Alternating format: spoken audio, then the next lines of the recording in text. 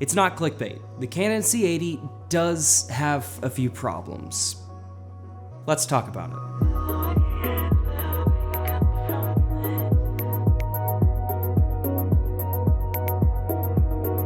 This video is sponsored by SOUNDSTRIPE. Visit the link in the description down below and use code BRITTY10 to get 10% off your first purchase of any annual plan.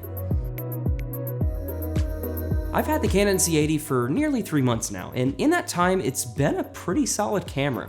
For someone like me, an avid proponent of the Canon C70, its predecessor, the learning curve is pretty minimal. It's pretty much the same exact form factor.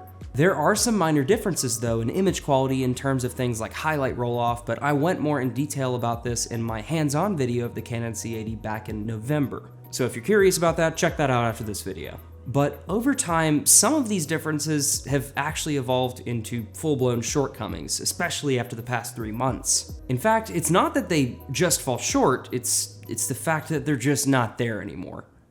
Let's talk about what features are in the Canon C70 that are somehow missing from the C80 for some reason.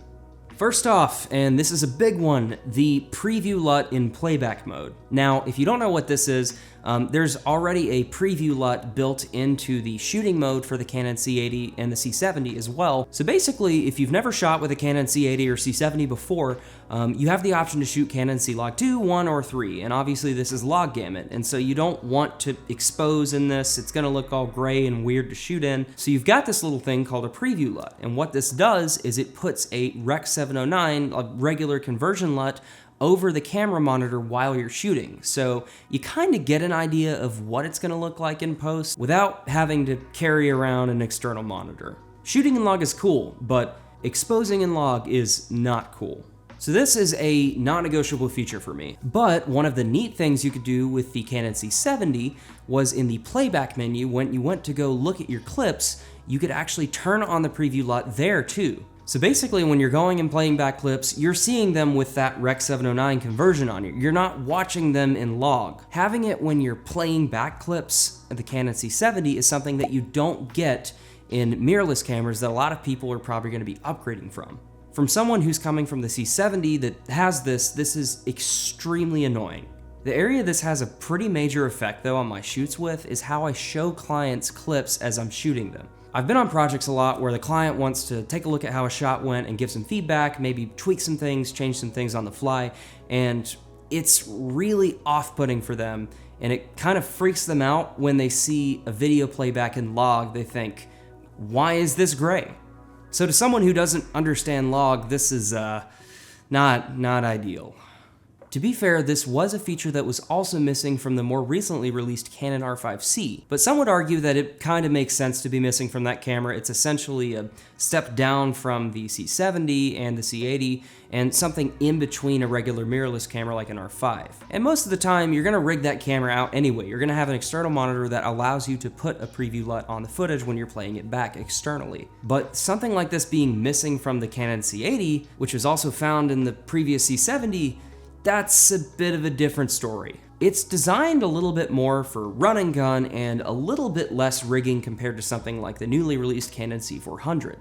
And while you definitely can rig out the Canon C80, the design is meant to be a little more ergonomic. It's not really intended to be the same boxy style that the Canon C400 is. I know it's a first world problem, but it's very annoying having to carry around my Ninja 5 just to get a preview LUT, a simple feature that I had before with this camera everywhere I go. It's another battery to charge, and it's another thing to manage, which this camera, yes, there are situations where you're gonna wanna do that and go all out. Sometimes you just want to grab it and go on a simple shoot. The Canon C80 and C70 have basically been able to go places where something like a massive rigged out C400 or C300 hasn't been able to go before. And that's part of the appeal with it. So not having this feature is a pretty big deal. But there's actually another feature from the C70 that's also missing for some reason. But before I get into that, I want to take a moment to thank today's sponsor, SOUNDSTRIPE. I've been using SOUNDSTRIPE for all my commercial and personal project needs for the past 5 years now. Their expansive library of royalty-free and high-quality music is phenomenal. I have tried numerous music licensing services over the years, and I just can't find anything that has competed with the level of quality and just ease of access with finding different songs for videos. Personally, I like their Pro subscription because it gives you access to that expansive library of music and their brand new AI song editor. Being able to cater that music to the topic of your video or the length is a pretty major game changer. Visit the link in the description down below and use code Brady10 to get 10% off your first purchase of any annual plan. So huge thanks to SOUNDSTRIPE for sponsoring this video and continuing to support this channel. Okay, another missing feature, control dials. Now, to be fair, this is a pretty recent addition to the Canon C70. It actually came in, I think, firmware update 1.0.9.1, which was around the fall to late fall of 2024.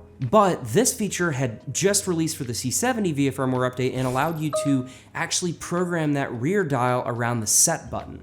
To those of you who come from literally anything other than a mirrorless camera from Canon or Sony, this probably isn't that big of a deal. But to people like me who started on cameras like the 80D, the R5, and the R, not having this is kind of annoying. This dial on other Canon cameras like the Canon R5 allowed you to adjust any of your 3 major settings and white balance in some cases.